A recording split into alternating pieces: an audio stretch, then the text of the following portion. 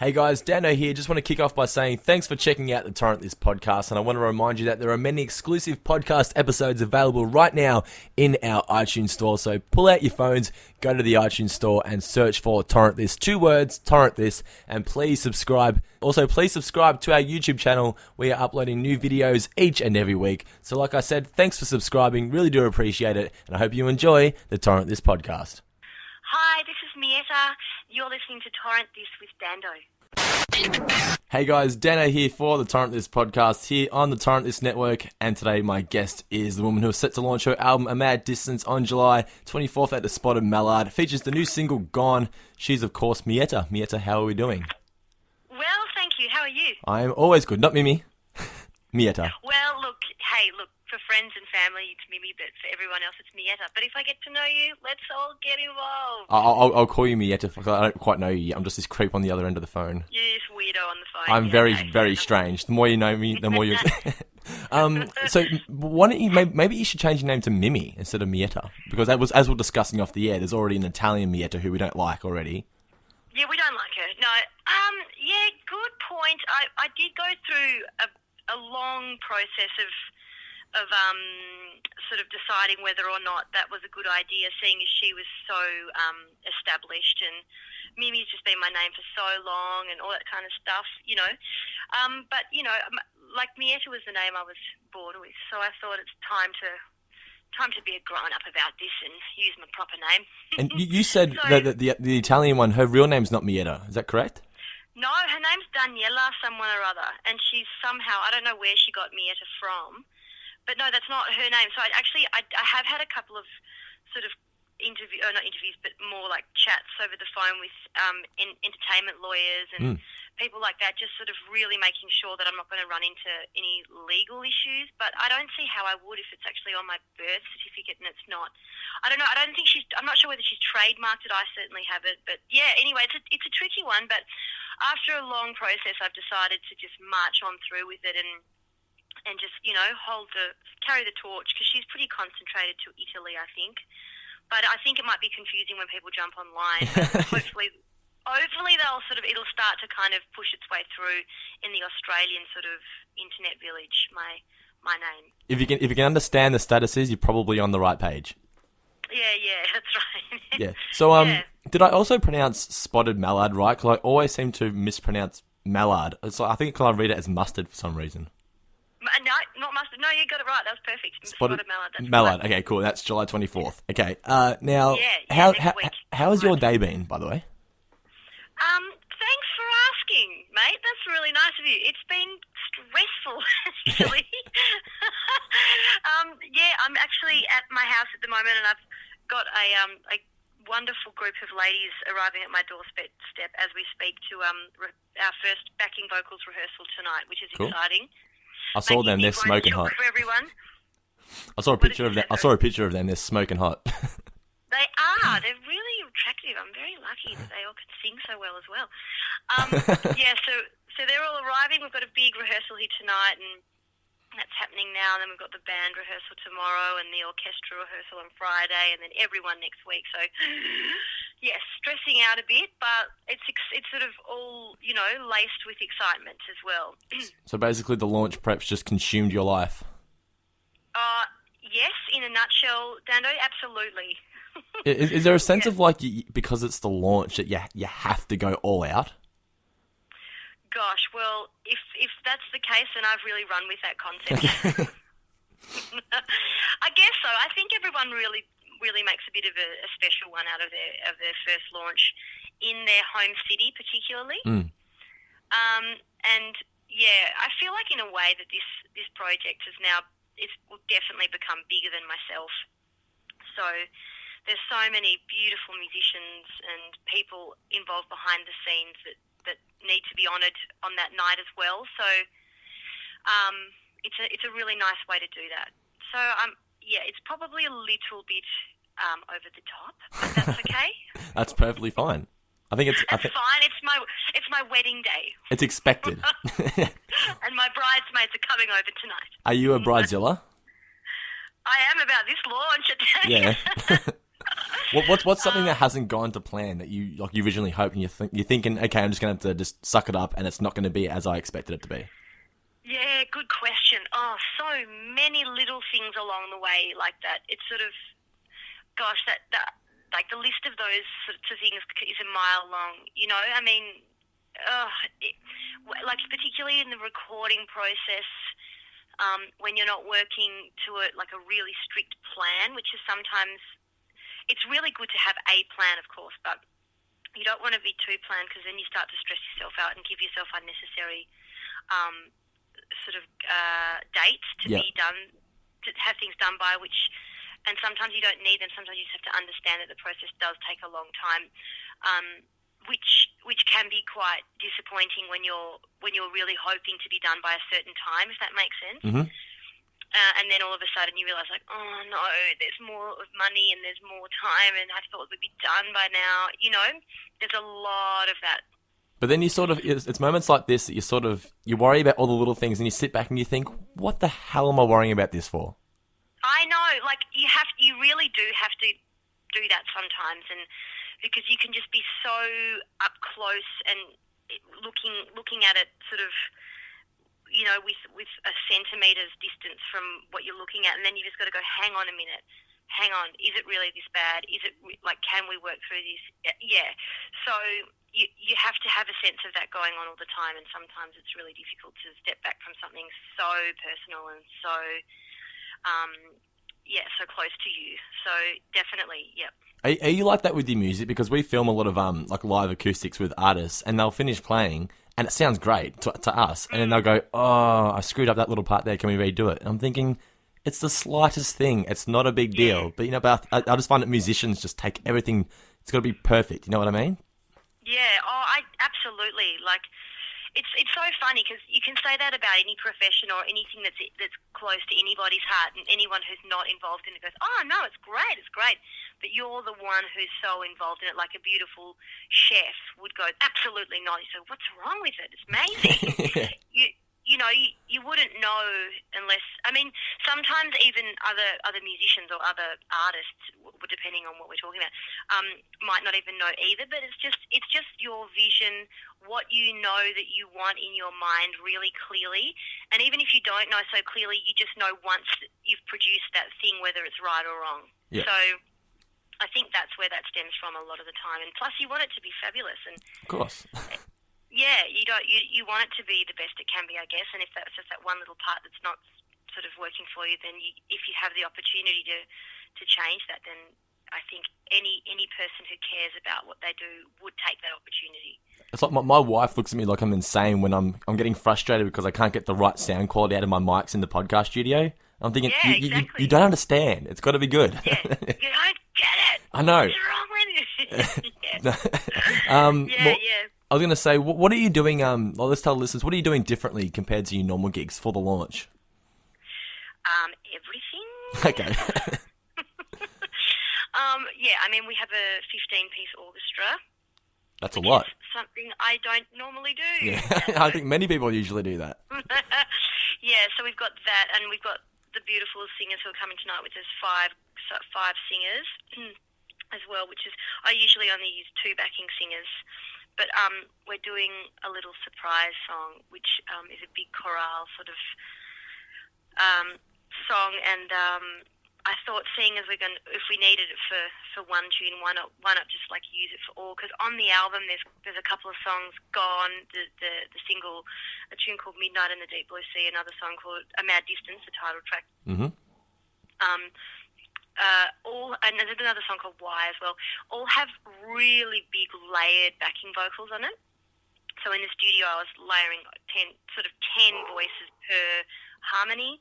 So it becomes this big, huge thing. Yeah.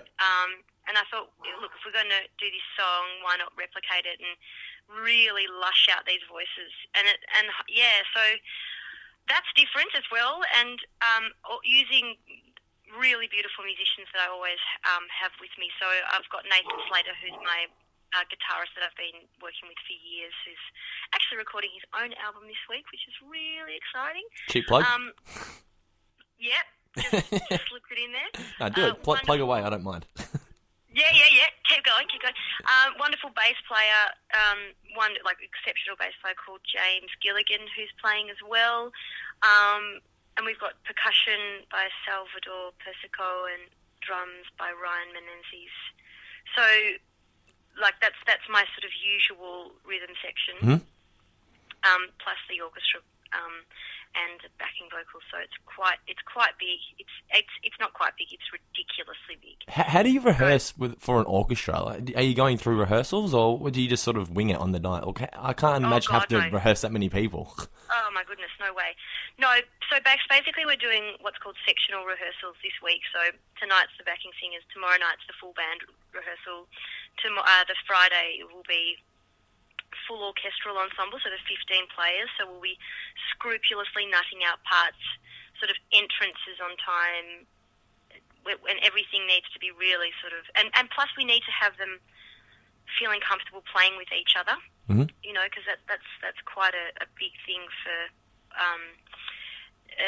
musicians who haven't played together before. It's sort of, you want to get that really nice phasing and everything sitting really well together, so that's a good way to do that. I mean, I'd love more rehearsals, but it's just so many people to have to organise. We're really busy, you know. And then next week we've got huge big dress rehearsal with everybody, so we'll get these sectionals done this week, and then big long rehearsal with the full ensemble next week. So everyone's really professional, everyone's really amazing at what they do. It's just so incredible to live in a city like Melbourne, where you can just make a phone call and have one of the best musicians in the country just go, yeah, sure, whatever, what's the pay? Yeah, no worries, fine, cool, done, see you there. That's awesome. Yeah, I mean, and everyone is just so giving of their time, so excited to play music, really supportive of original music, and yeah, it's that part of it is really humbling. And I mean, you know that you do the same for them, but it's still, when you put so much work into something and you have all these like people you really admire come back and go, great, we love it, can't wait. It's just so great. Please tell me you're going to do the whole encore bit at the end too. That'd be glorious. Pardon? Please tell me you're going to do the whole encore bit at the end. Oh, yeah. Yeah. Oh, God, yeah. Yeah. How long do you think is like too long for an encore? Because I saw Pixies play at Sydney Opera House earlier this year. Yeah. I can't remember when it was. I think it was like April or something, and they took like 3.5 to 4 minutes just to come back out on stage, and that was just too long, if you ask me, because we're clapping, and then it's never coming out. I don't know. Didn't Prince do something like 5 encores, and then the lights came on at the MCG, or was it the MCG? Yeah, and everyone actually sort of started leaving, and then he did like another encore. Really? So half the people had left thinking that the show was over. That's pretty cool. So that could be pushing it, but it's Prince. What are you going to do? Exactly right. I don't know. Just lap up the glory. I say no. I don't know. It's so funny. I find that whole encore thing pretty contrived, because it's like, clap, yay, of course you're going to come back. Oh, gee, and what a surprise. Yeah. Yeah. Or are you going to save, maybe don't reveal this, but like, are you going to save the single for the encore, I'm assuming? Not telling. Okay. So we've got a beautiful surprise for the last part of the set. Is that okay? I think you may have mentioned it before, but I won't get into details because we like surprises at gigs, especially launches. Yeah. You've released, Scott, as I said, film clips available on YouTube. How many more tracks on the album do you feel like yourself are like single worthy? Good question, actually. Yeah. It's such an interesting thing with this album. Gosh, when I started it, I had no idea that it would ever come to this point. Me talking to you, Dando, right now. Gosh. But can only go up from here. That's it. You know, David Letterman, see you later. So, like, I'm not sure whether everyone knows, but the sort of overflow of the album is, that was the wrong word, but what sort of filters through the album is that really world music feel, the Latin inspired. The theme? Is that what you're trying to say? Theme, thank you very much. I'm good for something. Yeah, thanks, mate. I've got about 100 things on my mind at the moment. I'm just trying to think of words as well. Yeah, so it's got that theme, that really Latin-inspired theme, to the flamenco rhythms, Brazilian rhythms. There's a tune, Mad Distance, has got that really real Arabic feel. So there's quite a few different world music flavours going on in there, and I have to say I wasn't sure how the Australian public would respond to some of those songs. I think my favourite song on the album, I have to say, is Midnight in the Deep Blue Sea. That's the one that my amazing orchestral arranger, Sam Boone, wrote the most beautiful arrangements to, and it just came out just more than I could have imagined. I'm just so proud of that song, really, and particularly what he's done with the orchestra and how they've sounded. That would have been my number one choice, because I would just go, here, listen to what we've achieved. But I just don't think it would have had the response like Gone Would, which is a little bit more accessible in terms of just a bit more of a sort of genreless theme to it, I guess. Yep. And it could be a little bit more to hang on to for Australian listeners. That's what I thought. If someone who you'd never met before, doesn't know you from a bar of soap, walks up and says, show me one of your songs, do you show them that one, or do you show them the single Gone? Yeah, I would probably show them Midnight in the Deep Blue Sea. Yeah? Yeah, just because I hold that one pretty dear to my heart, I guess. Okay, yeah. It's a personal favourite. Yeah, it is. It just, like, predominantly because of, obviously how the musicians have played it, because they're so amazing, but also just that orchestral element that was added to it that just blew me away when I heard the final product of that sort of unfold. Isn't it glorious, like, when you have something, you have a vision in your head, and it just comes out exactly how you want it? Yeah, well, this has come out 20 times better. I'm very jealous. Oh, sorry, mate. Oh, dear. Yes. Do you go into things like this, like the album? Do you go in thinking, okay, I've got to make sure there are a few singles so I can play them on the radio, and then experiment on the rest, or is it just a case of do what you want and then pick the most radio friendlies for the singles? That's a really good question. Yeah, look, this is my first release, and to be honest, I had no idea how I should go about releasing it, seeing as it. I don't really fit into a box.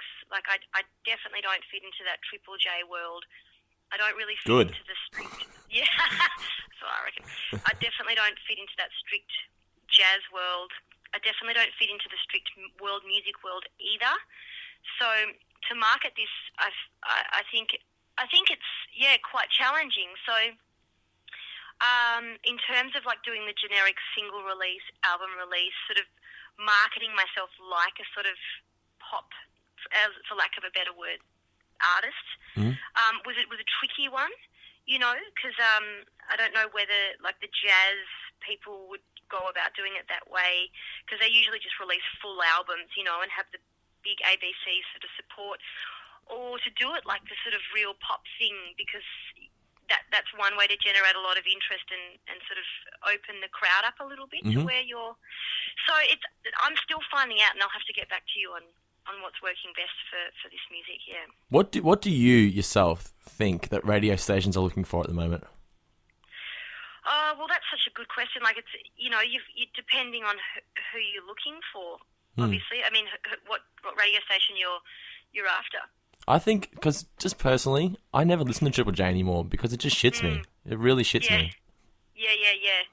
Look, I've actually never really listened to that radio station. I mean, and I'm not really that sort of music. I think everyone's doing a great job. Everyone's really working hard on what they love, and cool. Like, go for it. That's really cool. But it's just not something that I've ever resonated with. That sort of indie rock world, and I feel like that's primarily what's their focus. I hate how they leech onto people that are like 4 guys, skinny jeans, and ridiculous haircuts. That's a band to them now. And do you agree with that? I really do. I don't want to say too much on air, Daniel. I might get myself in trouble. Oh, okay then. I'm allowed to say what I want, but you're not. the beauty of media. Yes, so, yes, sirree. Let's just say how great Triple J is, and move on to a new subject. What's your goal for the album? Oh, just like really rich, really famous. No. It's a good dream. Thank you. I just need to pay off some debts over here. Who doesn't? No, I guess my goal would to just be to really establish myself out there in the sort of musical climate firstly of this country, because I feel like I've been working towards this Mietta project and myself as an artist now for a long time, and in the years leading up to this moment, I don't think I was ready at all to launch this or be where I am now, and I really hope to just establish myself sort of firmly in the musical landscape of this country, start to collaborate and work with really fantastic musicians and producers. And ultimately, I'd love to take a lot of this overseas.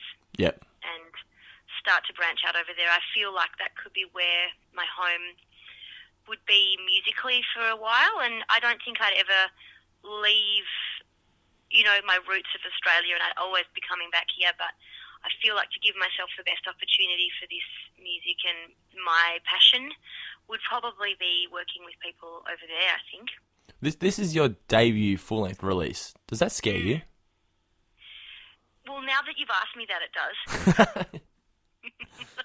Like, what are you hoping doesn't happen besides the obvious? Will you be? Do you feel like you should not set your goals too high because it's your first release, and then because some people just react so badly to that, Yeah, no, I don't think my goals are too high. I think basically I just want to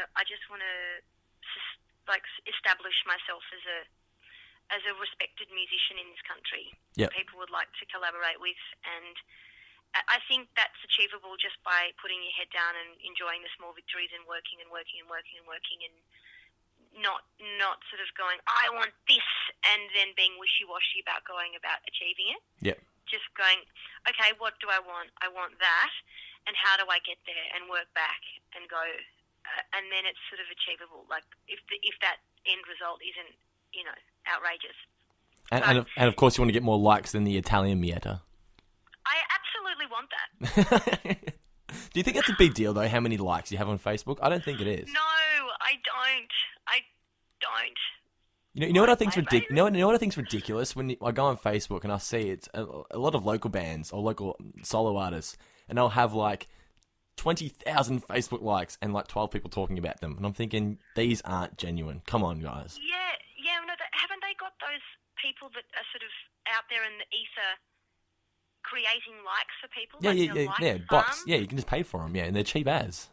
Oh man, that is so nuts. No, so to be honest, no. Like I know that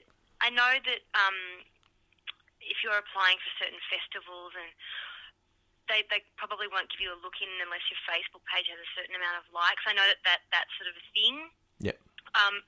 I guess it's nice to know that you've got a bit of a fan base, but particularly you just particularly want one that's genuine. You don't.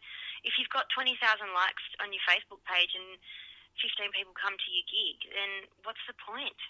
A wise woman once told me, and this wise woman is your publicist, Emily Chung. Happy birthday for yesterday, fabulous. Emily. Oh, she's the Can greatest. I just give her a plug and tell everyone how fabulous she is? Emily on the Map PR. I have a running gag where I talk her up in every interview because she's glorious.